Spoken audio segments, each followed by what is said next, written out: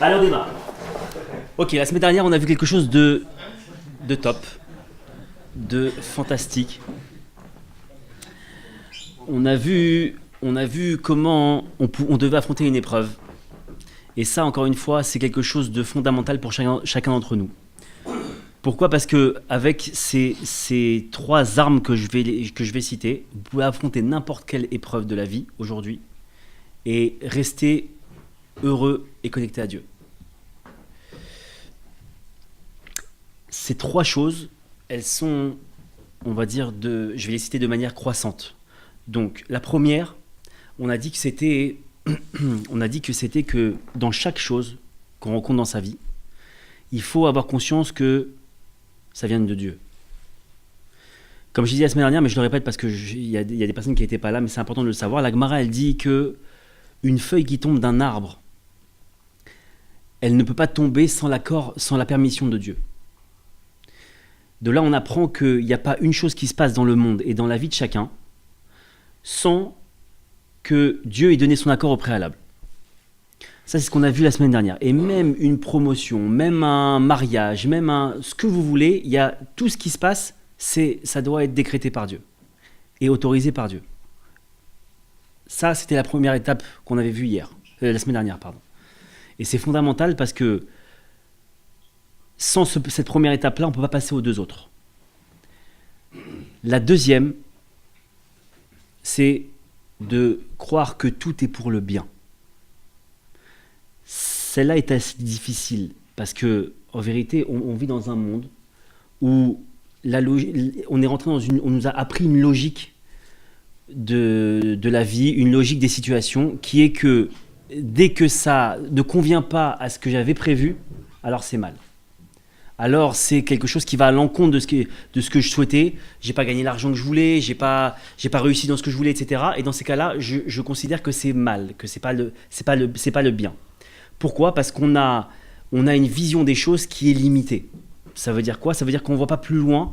En fait, on voit pas tout simplement l'avenir. Il y en a qu'un qui voit l'avenir, véritablement. C'est Dieu. Et lui sait ce qui va se passer dans la minute d'après, dans le chemin qu'on va prendre. Il sait effectivement qu'au bout du chemin, il y a un ravin. Nous, on ne le voit pas. On veut absolument prendre ce chemin-là et finalement, il y a un ravin derrière. Et il faut absolument, pour démarrer l'entraînement, pour comprendre que tout vient de Dieu, que tout est pour le bien, c'est de comprendre que chaque chose qui nous paraît mauvaise, elle est bonne. Elle est en fait bonne. Parce qu'il n'y a aucune chose dans la vie qui est mauvaise. C'est très très difficile, mais il faut se rentrer ça dans la tête et on va essayer de voir comment on peut faire ça. Il y a une histoire qu'on raconte comme ça, qu'il y a un homme qui a voulu prendre son bus et il avait un entretien d'embauche. Ça fait pas mal de temps qu'il était au chômage et il s'est avéré que sa femme lui a demandé de l'aider pour s'occuper un petit peu des enfants. C'était le matin, il avait un rendez-vous à 9-10 heures pour un entretien d'embauche qui allait sûrement le sortir de cette précarité. Et évidemment, ça prend beaucoup plus de temps qu'il avait prévu. Il part de chez lui en courant et il arrive devant le bus. On connaît tous ça. Au moment où il arrive, les portes se ferment et le bus part. Inutile de dire que il a donné énormément de noms d'oiseaux au chauffeur de bus, d'insultes, etc. Il a pensé à plein de choses. Et évidemment, le bus est parti. Sauf que il n'y a pas eu 3 minutes qui sont passées qu'on a entendu un grand boom. Et le bus a sauté. Et en fait, ce type-là, il a pas vu le bien. Mais en vérité, s'il avait vu toute la scène, c'est évident qu'il n'aurait même pas grogné une seule seconde quand il a raté son bus. Il s'est arrivé dans les portes. Limite, il aurait rigolé, il aurait dit « Merci Hachem. Merci Hachem. J'ai vu la suite. » Mais comme cette faculté-là, elle ne nous est pas donnée, mais qu'on doit comprendre que quoi qu'il arrive, quand il y a un obstacle qui arrive, il est pour le bien parce qu'il va nous éviter une galère ou quoi que ce soit. Ou peut-être même... Alors vous allez me dire « Ouais, mais des fois, c'est une galère qui arrive devant nous. On n'a pas évité. » Mais peut-être que cette galère-là, cette crevaison de pneus, peut-être qu'elle t'a évité d'avoir un accident juste derrière. Il y a tellement de scénarios que Dieu il peut faire, Mais sachez que tout ce qui se passe dans notre vie, c'est pour notre bien. Et ça, c'est important de l'ancrer en nous. Parce qu'en fait, Dieu, il veut nous mettre à l'épreuve. Mais s'il nous donnait tout le scénario, il n'y aurait pas d'épreuve. Quand le gars il arrive devant son bus et il sait exactement ce qui va se passer après, pourquoi veux-tu qu'il ait une épreuve? Il y a zéro épreuve. Et notre épreuve, elle est de concevoir que tout est pour le bien. Maintenant, je vais vous dire quelque chose, et je pense qu'il y en a très peu ici qui savent ça. Vous connaissez tous le Shulchan Aruch? Vous avez entendu parler? Le Shulchan Aruch, pour ceux qui ne savent pas, c'est en fait un... Bon, on va parler un petit peu de manière simple. C'est un livre qui a été écrit il y a à peu près 5 siècles. Et grâce à ce livre, on sait comment on fait des tefilines, comment on les met, comment on prie, comment on se comporte, comment on cachérise une viande. Tous les sujets du judaïsme et de la vie juive, elles sont dans ce livre-là. Et on se base... Et toute notre vie, toutes nos coutumes, toute notre façon de prier, etc., sont basées sur ce livre-là. Et il y a une chose extraordinaire dans ce livre. Je vous invite à regarder. C'est dans Orach Chaim. Il y a plusieurs, on va dire, tomes. Merci. Plusieurs tomes. Et entre autres, il y en a un qui s'appelle Orach Chaim. Et je vous invite à regarder. C'est la partie 230. La halacha 5. La halacha He. Il est écrit. Donc, je rappelle juste que dans ce livre-là, il nous donne donc les lois de Shabbat, les lois de Kashrut, les lois de tout ce qu'on doit faire. Donc, toutes les mitzvot, en fait, qu'on a à faire. Dans ce livre-là, il est écrit aussi que c'est une halacha que chaque juif doit croire que tout est pour le bien et tout ce que Hachem fait, c'est pour le bien. C'est une halacha. C'est pas un truc de grand gourou, de chassid, de ce que vous voulez. C'est écrit comme quand on fait Shabbat ou comme quand on doit faire le Shem, etc. Ça veut dire que c'est une mitzvah quand vous faites ça. Quand vous pensez que tout est pour le bien, c'est une mitzvah que vous faites. Et ça, c'est énorme. Il y en a peu qui savent ça. Maintenant, la plupart d'entre nous, c'est vrai qu'on connaît ce concept. Maintenant, on l'intègre, mais quand c'est pour les autres. Ah, c'est pour le bien. Arrête, ça va, t'as crevé ton pneu. C'est pour le bien. Mais quand ça t'arrive, il n'y a plus c'est pour le bien. Quand ça te fait perdre de l'argent, il n'y a plus c'est pour le bien. Quand tu avais un projet à faire, c'est plus qui tombe à l'eau, c'est plus pour le bien. Alors? Parce que comme on a dit la dernière fois, quand tu rentres ta raison avant ta foi, c'est là où tu tombes. Ta raison, il faut la dégommer. Parce qu'aujourd'hui, on vit dans un système qui nous fait croire des choses illusoires. Illusoires. Et si tu as compris ça, que tu vis dans un décor et que tout le système... Vous avez tous vu Matrix? Il faut sortir de la matrice, messieurs, ça y est. On prend la petite pilule bleue et on sort. C'est comme ça qu'il faut comprendre. Maintenant, venez, on va faire des maths. Si je vous dis A égale B et B égale C, alors A égale... Super, il y a beaucoup de maths à table, super. Alors maintenant, on va le transposer. Regardez, il faut comprendre une chose. Hachem, il régit le monde, ouais. Ça, c'est notre petit A égale B. Maintenant, lui, Hachem, il fait tout pour le bien. Alors, le A égale C, c'est quoi? C'est que tout est pour le bien. Si lui dirige tout le monde, et tout ce qu'il fait, c'est pour le bien, alors tout ce qui est dans le monde, c'est lui, et c'est pour le bien. Ça, c'est une chose indissociable. Indissociable. Dieu et le bien indissociable. Et comme je l'ai dit, la foi, elle commence là où l'intellect s'arrête. C'est clair et net. Il faut apprendre à fermer les yeux dans le système. On est dans un système. Il faut apprendre à fermer les yeux. Et si vous fermez les yeux, on arrive à voir des choses et à sortir d'une réalité qui n'est pas une réalité en fait. C'est du pipeau. Et vous l'avez tous, chacun d'entre vous, vécu, qu'à un moment donné, tu es allé au-delà de tes limites. Tu t'es dit non. Ok. Non. Je ne vais pas tomber dans le système d'angoisse, je ne vais pas tomber dans ce système-là. Je vais passer outre. Je vais essayer de me dépasser. Je vais aller plus loin que mes limites. Et ça a marché. Le culot, voilà. On a tous fait de l'audace. On a tous fait preuve d'audace. Là, il faut faire preuve d'audace. Il faut se retrouver dans ce système-là et dépasser ce système-là. Faire preuve d'audace et dire c'est faux et j'y crois pas. Je vais aller plus loin que ça. Et comment je fais ça? Je me connecte à Dieu. Vous savez, je vais vous dire une chose. Dieu, faut l'imaginer comme si c'était Avdil évidemment, mais comme si c'était une personne, un patron comme ça. Il attend qu'une chose, c'est qu'on l'appelle. Il faut que tu l'appelles pour lui parler de tes problèmes. Parce que lui, c'est, entre guillemets, Monsieur Solution. Il a toutes les solutions, tout. Mais si tu ne l'appelles pas, il ne peut pas te les donner. Et Dieu, tous les jours, il prend son portable, entre guillemets, et il regarde. Il ne m'a pas appelé aujourd'hui. Il regarde encore, il ne m'a pas appelé aujourd'hui. Pourtant, je capte, je ne comprends pas. Maintenant, il te reste une chose à faire, toi. Allume ton portable. Prends ton portable. T'as une galère. Allô Hachem, je suis en galère. Allô Hachem, j'ai raté mon bus, aide-moi. Ah ouais, mais non, je vais pas prier Hachem pour ça, c'est rien. Mais pourquoi pas? Pourquoi pas? On l'a dit, Dieu, c'est notre Père. Dieu, il demande qu'une chose, c'est de nous faire du bien. Le côté Dieu, il kiffe nous faire du mal, c'est pas juif. Ça n'existe pas. Celui qui croit ça, il est à côté de la plaque. Dieu, il veut te faire du bien, il veut te donner un maximum. C'est toi qui n'allumes pas ton portable. C'est toi qui l'appelles pas et qui lui demande pas. Et c'est ça ce qu'on appelle la hitbo des doutes. À un moment donné, prends rendez-vous avec Dieu. Une fois dans la journée. Tu peux pas prendre 1 heure. Les rabbinim, ils disent une chose très belle. Ils disent que tu fais 1 heure d'hitbo des doutes, 1 heure de discussion avec Dieu, et tu as 23 heures pour être joyeux. 1 heure pour 23 heures. Il est beau le calcul.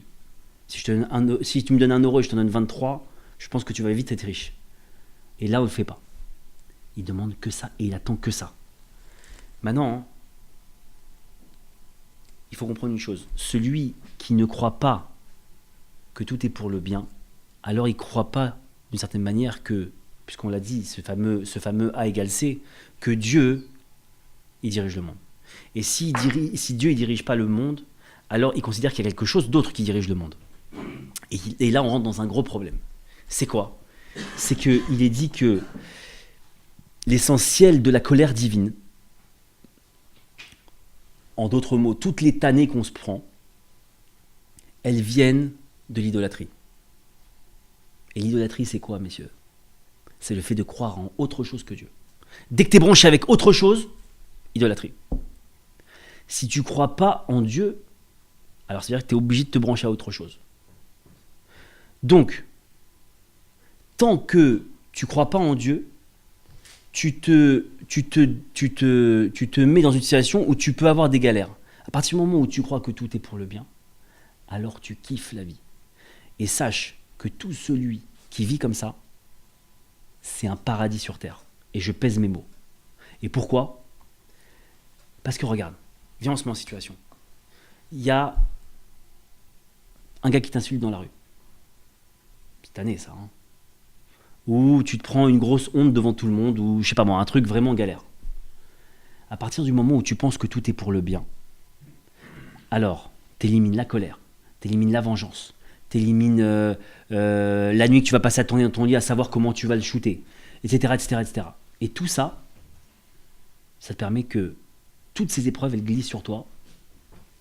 Il s'est rien passé. Comme si ce type-là, il était c'est limite comme s'il y avait un chien qui avait aboyé devant toi.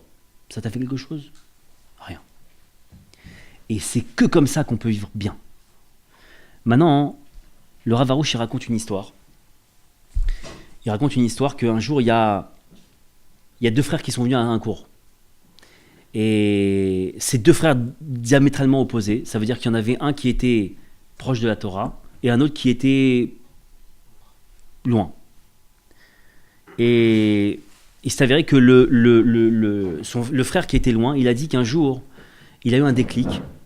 Pourquoi? Parce qu'il a lu une chose dans Job, pour ceux qui connaissent. Et ça l'a complètement transformé. Pourquoi? Parce qu'un jour, ce qui s'est passé avec ce fameux Yov, ce fameux Job, c'est que il a eu un jour, le Yetzer Hara, il est allé voir Hachem et il lui a dit, on peut te tester lui, on peut voir s'il est vraiment croyant en toi. Il a dit, vas-y. Alors qu'est-ce qui s'est passé? Bon, je ne peux pas rentrer dans tous les détails, mais il y a eu énormément de galères. Il y a eu énormément de choses. Au début, il a voulu voir s'il le servait parce qu'il avait beaucoup d'argent, parce que c'est un homme très riche. Alors il l'a rendu pauvre. Ensuite, il voulait voir s'il lui prenait ses enfants, est-ce qu'il continuait à le servir, etc. Il a eu énormément de galères, jusqu'à même le toucher dans son corps, son propre corps. Et à un moment donné, sa propre femme, elle est venue voir Yov. Elle lui a dit, tu vois, c'est ça la vie, c'est ça le... Et elle lui dit, sache une chose, que c'est de l'ingratitude que d'accepter les bonnes choses et de ne pas accepter les mauvaises. Et ce frère-là, des deux frères, il a dit cette phrase-là, elle m'a bouleversé. Parce qu'après tout, pourquoi je suis capable de prendre... Alors quand tu me donnes, c'est cool, mais alors quand tu me donnes un truc que j'aime pas, alors je prends pas. Soit tu prends tout le bloc, soit tu prends pas.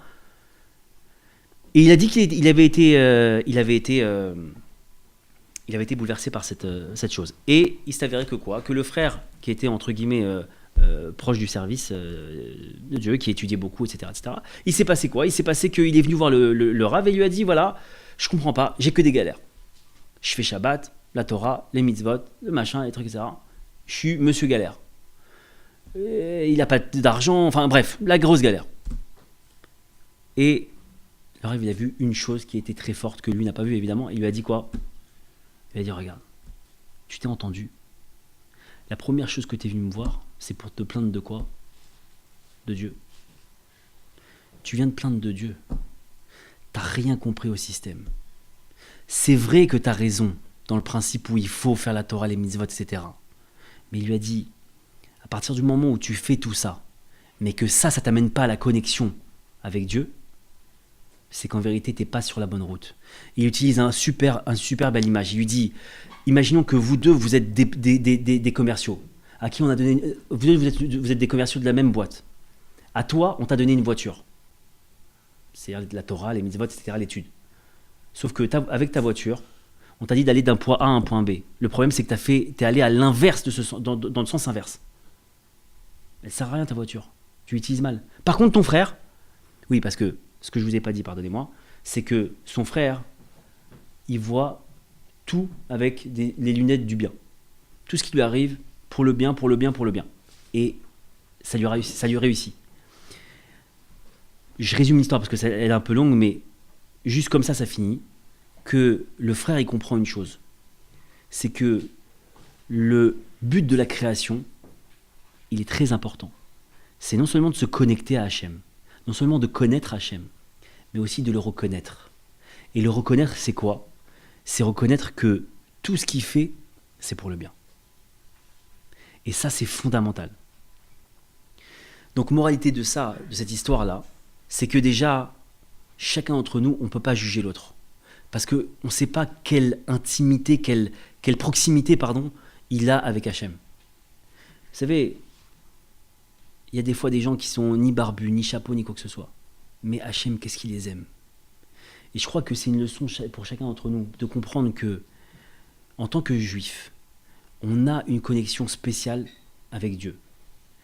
Et il faut vraiment la brancher.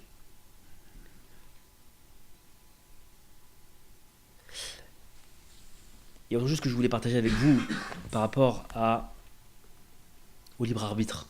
Et ça va rejoindre un peu ce qu'on a dit. Tout celui qui n'est pas heureux de son sort, déjà il est sûr que la prochaine étape qu'il va faire, il va dans le mur. Je m'explique. Imaginons que vous avez et ça c'est une clé pour vous dans votre vie. Imaginons que vous avez un choix à faire. Si de base, dans le domaine dans lequel vous devez prendre cette décision, vous avez conçu que ce que j'ai pour l'instant, imaginons, on va donner un exemple concret.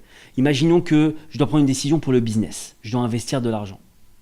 Et qu'à la base, je ne suis pas content de mon argent, ou je suis pas content pour moi, je n'ai pas suffisamment, et que j'aimerais plus, etc., etc., etc. Je vous garantis, messieurs, que ce type-là, en partant comme ça, c'est sûr qu'il va dans le mur et qu'il prend la mauvaise décision. Pourquoi? Parce que c'est certain que celui qui part comme ça, avec une insatisfaction de base, c'est que derrière, pour avoir ce qu'il veut, il va faire tout ce qui est possible et inimaginable. Et ça, c'est certain qu'il va se brûler. Donc c'est important de savoir que quand vous voulez prendre une décision, avant de prendre une décision dans n'importe quel domaine que vous allez toucher, la première des choses à faire, c'est de vous poser de revenir sur votre conception de ce que vous avez. Je suis heureux ou pas heureux de ce que j'ai par rapport à ce que je vais demander ou ce que je vais prendre comme décision. Je suis heureux de ma vie. Je suis heureux est-ce que je suis heureux d'avoir rencontré cette fille pour me marier avec elle? Est-ce que je suis heureux que Hachem m'a donné cette fille-là pour me marier avec elle? Alors si je suis heureux et maintenant je vais un choix à faire, est-ce que c'est la bonne ou pas? Et si je décide que c'est la bonne, c'est sûr que c'est la bonne. Et ça, vous le mettrez dans tous les domaines. Ça marche tout le temps.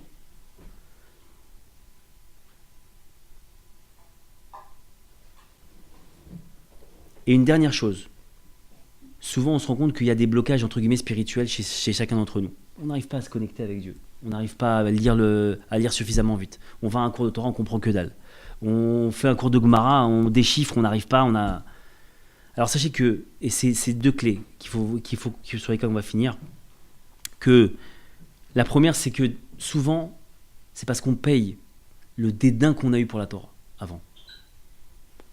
Tu viens à les cours? PlayStation. Ou j'ai pas le temps, je suis fatigué, il pleut, je sais pas moi, ce que vous voulez, je dois promener mon chien, j'en sais rien. Ça, c'est une première raison. Et la deuxième, c'est que Hachem, comme il dit dans nos cœurs, il sait très bien que demain, il va faire de toi un Talmid Racham, un érudit en Torah. C'est sûr que tu vas prendre le melon. C'est sûr que tu vas prendre une tête, tu passes plus la porte. Et comme il sait ça, il attend que tu travailles, que tu te bonifies, que tu te tranquillises, etc. Et après, il te donne. Et je finis sur une chose, messieurs. Si vous voulez comprendre comment faire pour que tout soit pour le bien dans notre vie, il faut comprendre que, il faut vous imaginer que vous êtes dans un bus, que le chauffeur de bus c'est Hachem, et que en tant que passager, vous avez payé votre titre de transport, vous rentrez dans le bus, vous vous asseyez à l'arrière, vous vous laissez guider. Il va vous mener à la station où vous devez aller, vous inquiétez pas, il n'y a aucun problème. Maintenant, il y en a certains qui veulent maîtriser le système. Qu'est-ce qu'ils font? Ils vont voir le chauffeur. Non, prends pas par là. Attends, combien? Et en vérité, ils perdent du temps, le chauffeur il va s'énerver et ils vont rien gagner du tout. Alors messieurs, et on finit là-dessus, soyez des passagers, laissez-vous guider par Hachem et voyez tout le bien qu'il peut nous faire et vous vivrez heureux et dans le paradis sur terre.